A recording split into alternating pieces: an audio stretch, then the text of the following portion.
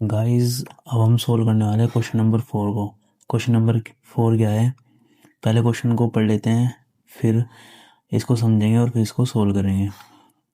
तो question number 4 क्या कह रहा है, use Euclid's division lemma to show that the square of any positive integer is either of form 3m 3m plus 1 for some integer m।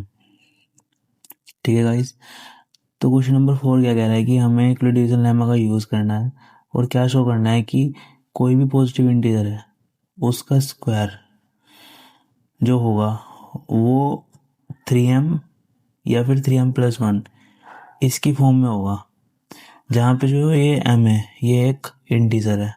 ठीक है, तो guys इस क्वेश्चन में हमें हिंट दी हुई है कि हम इसमें जो पॉजिटिव इंटीजर है उसको हम कैलकुलेट कर सकते हैं। तो गाइस क्वेश्चन में देखिए आप,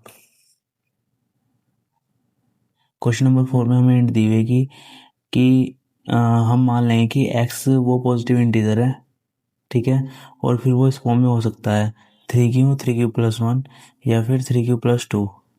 ठीक है, और फिर हम उसका स्क्वायर कर देंगे और फिर हम शो करना है कि वो इस फॉर्म में लिखा जा सकता है 3m या फिर 3m+1। ठीक है गाइस, तो इसको सोल्व करते हैं और फिर समझते हैं कि कहने की कोशिश क्या कर रहा है। ठीक है गाइस, पहले हम लिख लेते हैं कि जिस पॉजिटिव इंटीजर की बात कर रहे हैं उसको हम लेट कर लेते हैं हिंट के अकॉर्डिंग। लेट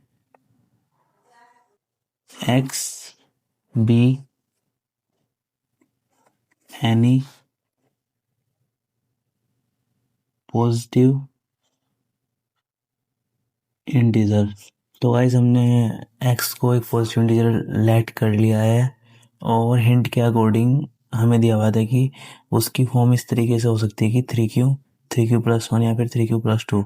मतलब x को हम 3q के इक्वल रख सकते हैं, x को ही हम 3q+1 के इक्वल रख सकते हैं। ठीक है, मतलब कि ये इसी पॉजिटिव इंटीजर की बात हो रही है जिसको हम इन अलग अलग फॉर्म में रख सकते हैं x को।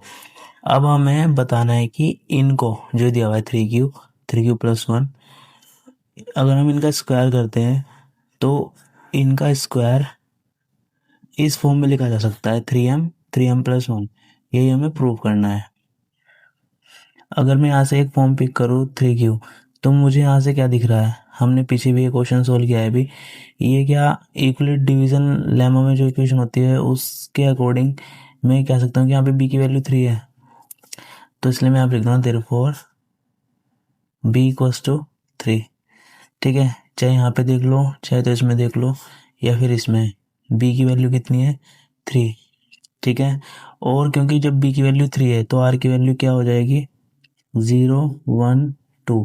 क्यों, क्योंकि हमने पढ़ा है कि r क्या होता है 0 से बड़ा होता है या फिर 0 के इक्वल होता है, पर लैस होता है b से। ठीक है, तो अब हम इसको सोल्व कर लेंगे। ठीक है गाइस, नाउ अब हम जो यहाँ पे हमने लेट किया था x को पॉजिटिव इंटीजर, तो हम क्या करते हैं नाउ x को हम लेट कर लेंगे कि x जो है 3q के बराबर है। अब हमने एक पॉजिटिव इंटीजर जो लेट किया था उसको हमने 3q मान लिया है फिलहाल के लिए। ठीक है, 3q की फॉर्म में अब हम क्या काम करेंगे, उसका स्क्वायर करेंगे।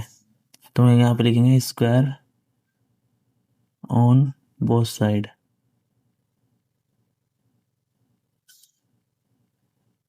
ठीक है, तो हम इसका स्क्वायर करेंगे तो क्या हो जाएगा x² इक्वल्स टू 3q का स्क्वायर करेंगे 3q का स्क्वायर।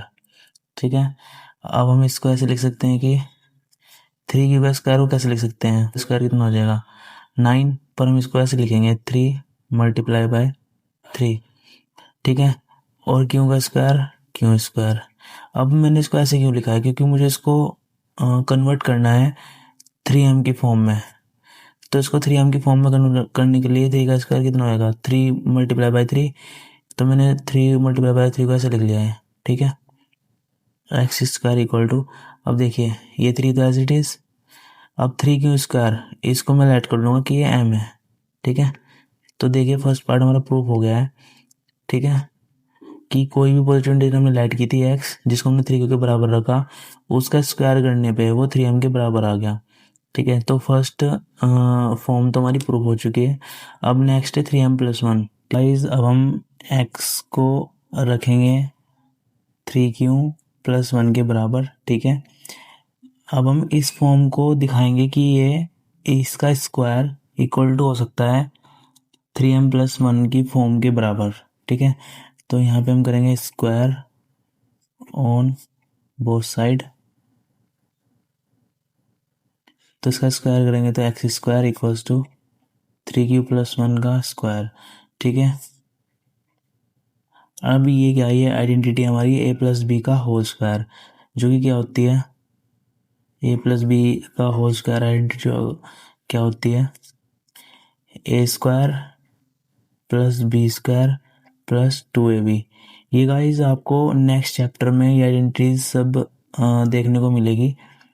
ये आइडेंटिटीज आपने क्लास 9th में भी पढ़ी होगी, ठीक है। ये सिंपल सी आइडेंटिटी होती है कि अगर हम दो वेरिएबल्स का स्क्वायर कर रहे हैं तो वो इक्वल्स टू होता है दिस, ये इक्वेशन है उसकी, ठीक है। तो बस इनकी वैल्यूज़ को इस तरीके से पुट कर देंगे, ठीक है, इक्वेशन के अकॉर्डिंग। तो 3q का स्क्वायर कितना हो गया, 9q² + 1 + 2ab, ठीक है। a की वैल्यू कितनी है 3q, b की वैल्यू कितनी है 1, तो 2 × 3 6 q आ गया यहाँ पे, ठीक है। x² = अब देखिए गाइस, यहाँ से मुझे 1 चाहिए, तो 1 को मैं, क्योंकि मुझे कौन सी फॉर्म चाहिए 3m+1, ठीक है।